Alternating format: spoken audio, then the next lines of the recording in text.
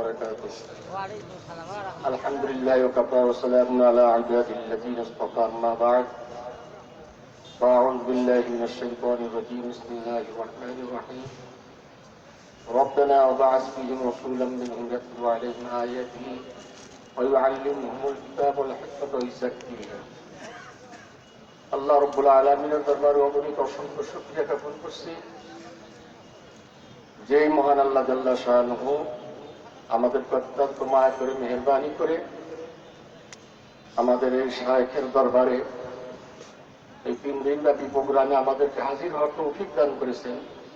আমরা শুকরিয়া শরীফ করি আলহামদুলিল্লাহ। সময় যতই বরাদ্দ থাক, আমি তার চেয়েও সংক্ষিপ্ত সময়ের মধ্যে শেষ করবো এই কারণে যে একই কথা রিপিট হয়ে যাবে।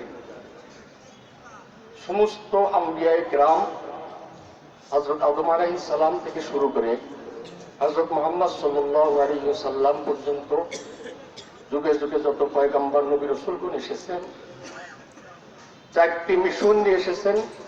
আমার পূর্বের উলামায়ে কেরামগণ বলেছেন, তালিম, তেলাওয়াত, তালিম, হিকমা, তাজকিয়া নফস।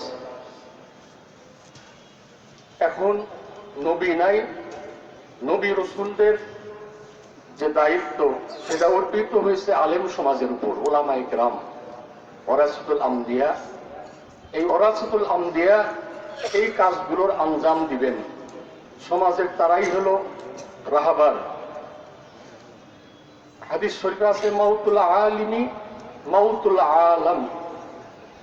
একজন আলেমের মৃত্যুতে একটা জগতের, একটা এলাকার মৃত্যু হয়ে যায়।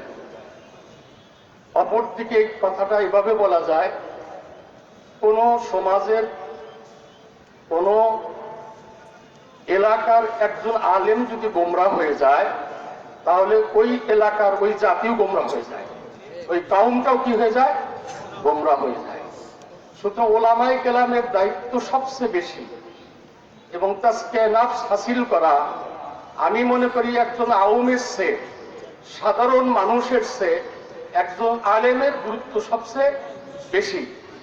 তিনি বেশি পালন করবেন, কারণ তাকে দেখে সাধারণ মানুষ যারা, তারা তাকে অনুসরণ অনুকরণ করবেন। এই জন্য আহ্বান রাখবো, যারা উলামায়ে কেরাম আমরা এখানে হাজির হয়েছি, আমরা এই পথে আমরা সর্বোচ্চ গুরুত্ব দিয়ে আমরা অগ্রসর হব। আমাদের দেখে দেখে সাধারণ মানুষ তাদেরকে দাওয়াত ছাড়াই দেখবে যে এই আলেম এই শায়েখের কাছে তাআল্লুক রেখেছেন, বায়াত পেয়েছেন, দাওয়াত ছাড়াই তারা ঝুঁকে পড়বেন। আমি আহ্বান করব, আমরা এদিকে বেশি বেশি আমরা চেষ্টা করব, আমরা এই রাস্তায় বেশি বেশি সময় ব্যয় করব। আল্লাহ তাআলা আমাদেরকে তৌফিক দান করুন। ওয়া আখিরু দাওয়ানা আলহামদুলিল্লাহি রাব্বিল আলামিন। আসসালামু আলাইকুম।